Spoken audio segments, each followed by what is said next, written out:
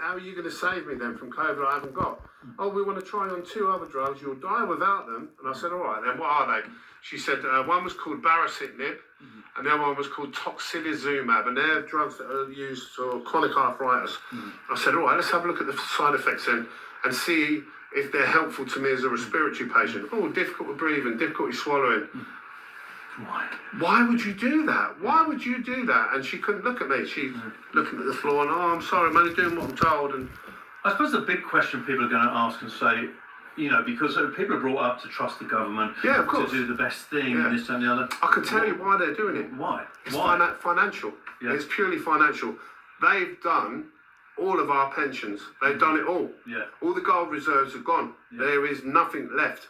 So it's easy to bump you off on the back of a lie than it is to pay you out money they haven't got or be discovered. Yeah. That's why they're vastly, as fast as they can, getting in our replacements who want very little. Yeah. They're not going to get a pension. They're never going to own an house. But they are going to pay rent. Yeah. It's financial. And alarm bells for me rang 6-8 years ago when they moved the pension age back for women. Didn't they? A couple of years. Why do you think that was? Because they ain't got it. Yeah, they ain't got the money. They ain't got the money. They've done it all. No. And once you understand why it is they're doing it, it makes it a little bit easier to kind of, you can put it all into place. How do you convince the ordinary members of the public? I don't mean ordinary in a bad sense. It really that you haven't lost the plot. Well, I would say, look, it is there in front of me. You know, look at the other people. There's a guy called Richard Hirschman, who's another Alabama-based guy. Listen to all the doctors, Dr. David Carter. I can show you my phone. I've 100 different nurses and doctors that have been in touch with me. Some of them have cried down the phone. They all know. And then when you use your intuition and you think back, when they were doing those wonderfully well-rehearsed dozens of doctors and nurses all dancing in the wards on the TikTok dances, is that something you would do as a medical professional during a deadly pandemic? Of course it isn't. When you cast your mind back to historically and you think about the Black Plague, right? The bubonic plague. Were they dancing in the streets? And they look at you and me as cattle. But unfortunately, it was only something I stumbled on as a funeral director when I saw what was going on. And of course, when you do that, people reach out to you. Some of them are nutters. Some of them are very credible. And they furnish you then with other information. You know, I mean, I've spoken to people from the military. I've had 4 peers get in touch with me from the House of Lords. The great Andrew Bridgen, I speak to him on many occasions. People like Mark Steele, people like Mark Sexton, Dolores Kay, and all of them. I know exactly what's going on. And none of them will openly debate me. You know, I said to him, well, let's have a live televised debate then, and you can explain it away, because nobody wants to clear it up more than me. What is going on? Go back and be, of course I do. If anyone thinks this is stardom, it's fucking misery. It's horrible. You know, I don't want to put murder victims in coffins every week. But none of them will address it. None of them will, and they're just gaslighting and lying. And even the ONS data, they've reformulated the way they count now to try and hide it. And do you think there'll ever be any retribution then? Because I think it's kind of faded away. You've got your Matt Hancocks and all that. Yeah, of course. I think it'll be street justice, maybe.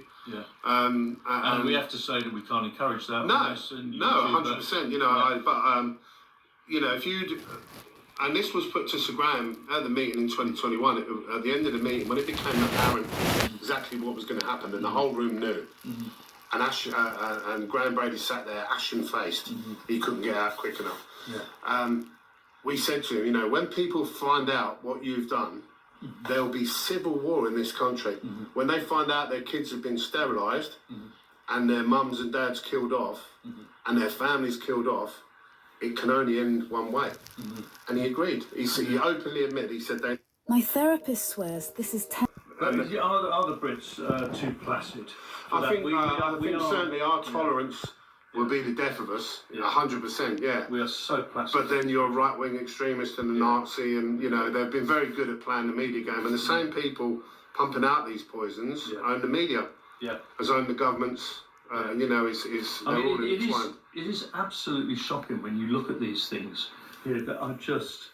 they're really, it's like out of some kind of horror movie. So these things were taken out of people's bodies, out of their These veins. come out of arteries. Yeah. These are all out of arteries. They are in veins as well. They are present, but these were all carotid arteries, which is why they're all the same sort of size. And because they're cleaning them out. They're cleaning them out of the transport cases now, so I can't shout about it. Because they know if I find it, I'll document it and I'll shout about it. So of course, the ones that they haven't post-mortem, they can't clear it out. No. Because that is frightening. Yeah. When you. Well, I'm not frightened anymore. No. You know, I've had 5 years to come to terms with it, and I've laid in the field, walking the dog, and cried my heart out. Yeah. Because nobody else knew, No. But I knew, and it's a terrible burden to carry. Yeah. But I've got my head around it now, so I'm quite looking forward to it coming to an end, to be honest.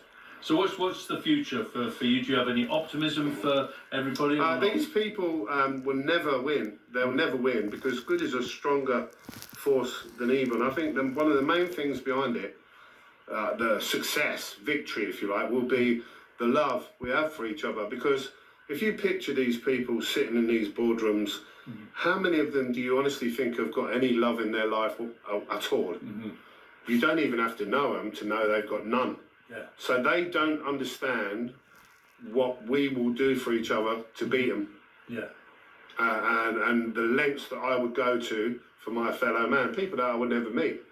You know, why have I put my arse on the line? Because I know the price of not saying anything is actually more severe because there'll be no resistance even then. Well, final question: How is your all your other funeral directors? So do you ever meet up? Oh, loads of them. I've had loads of them congratulate me, thank me for speaking out. They've even tapped me on the shoulder at the local crematorium. Yeah. It's the worst kept secret. They'll know. Yes. But the last one, he tapped me on the shoulder and he said, well done speaking out. And I said, all right. What about if you say something then? And they look at the floor and they shuffle their feet and they'll work for someone. The majority of us work for other people. Yes. You know, and if you run a funeral directors and all of a sudden after all the COVID reported deaths, you say there's no COVID, could be very damaging to your business, couldn't it? Yeah, absolutely. I don't put my direct debits before the welfare of people that I would never meet. You know, I value your family just as important as mine. Yeah. Your kids, your grandkids are just as important as mine. So I made that decision. Well, I didn't really. I had no choice because my moral compass wouldn't let me say nothing. Well, you're a brave man, and I don't see it as brave. I don't see it as brave. Imagine standing at the bottom of an hill and you're talking to people, and there's a runaway dust cart and it's coming down the hill. Do you not say anything until it's on you and just step out of the way and let them go get run over? Of course not. What have I done that's criminal or wrong? I've told people about a real hazard that I've seen. You know, and I meet my maker with a clean conscience. I ain't frightened of them. Yeah. Well, I wish you the best of luck with it, and obviously it's up to people who are watching this to make up their own mind. Yeah, I mean they can reach out to me, and I'll gladly talk with them. But I suspect most people now probably have an idea because we've all got that intuition. Let me explain. So, and I'll give this kind of analogy before. Have you ever been on the motorway? And there's been an accident up ahead, and it's all at a standstill. Yes. And usually when we're going down the motorway, we're all driving flat out, like life, isn't it? Where it's all going so fast, you never get time to stop and sit and think and look at things closely. And as you're sitting in this traffic jam on the motorway, you look down and you see the barrier, and you see things you'd miss. You see a shoe, and you think, how did that shoe get there? Where's the other shoe? Who was wearing it, you know? There's a cat's eye, there's a bottle of pee from a lorry driver, all these things that you notice you wouldn't normally notice. And then as you're sitting there, you know the guy in the next car is looking at you. You can't see him, but you know he is. And you turn around quick and you catch him, don't you? And they know, it's that sixth sense, that intuition. And I think as time's gone on, and you have to remember what this government made you do. So they locked you all down. They ruined your livelihoods and your businesses while they were having drunken maskless parties in Westminster. So clearly there never was any risk, and that supports what I'm saying, not them. And then when you walk into a restaurant, you walk in, you've got to wear a mask, but you're safe once you sit down. That was absurd. But people did it. They did it. How did they manage to do it? Because they use like the sheepdog mentality. How does one sheepdog herd 100 sheep? Does it with fear. barking and snarling, and they're all frightened, they don't know where to go, but they all want to stick together, and that's what COVID was. It was a great experiment, and you know, hopefully now people have had time to reflect and process, and obviously look at the loved ones they've lost around them. It's clear they have obviously made a decision to get rid of us rather than put their hand up and say we've done all your pensions. Is my impression, but we'll see. I mean, the peers that I spoke to, a couple of them suggested communism. Yeah. But I don't really know. The reality is it's way above my pay grade. But I can tell you who's dying, and I'm putting predominantly vaccinated people in coffins. So don't have any flu vax, anything that you ain't got to have.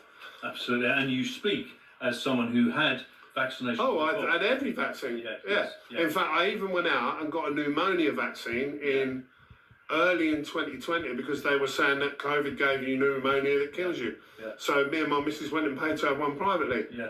So I'm not an anti-vaxxer, you know, I'm not a conspiracy theorist, I'm an undertaker running a successful funeral home. Yeah. Yeah. Why would I jeopardise that? Yeah. You know, because I just don't consider, I never put no money in a coffin, you can't take it with you. And I know I'm going to be on the right side of history, I can tell you now. That's the thing, history, you know, you will be on the right side. I will, and I'm good, you know, we're all going to die anyway. Yeah. I'd rather have lived well and then face my maker with a clean conscience. Absolutely. Well, I wish you the best of luck, and if I do pass, I'll be heading down this way. Well, hopefully not too soon, yeah. Thanks very much. No,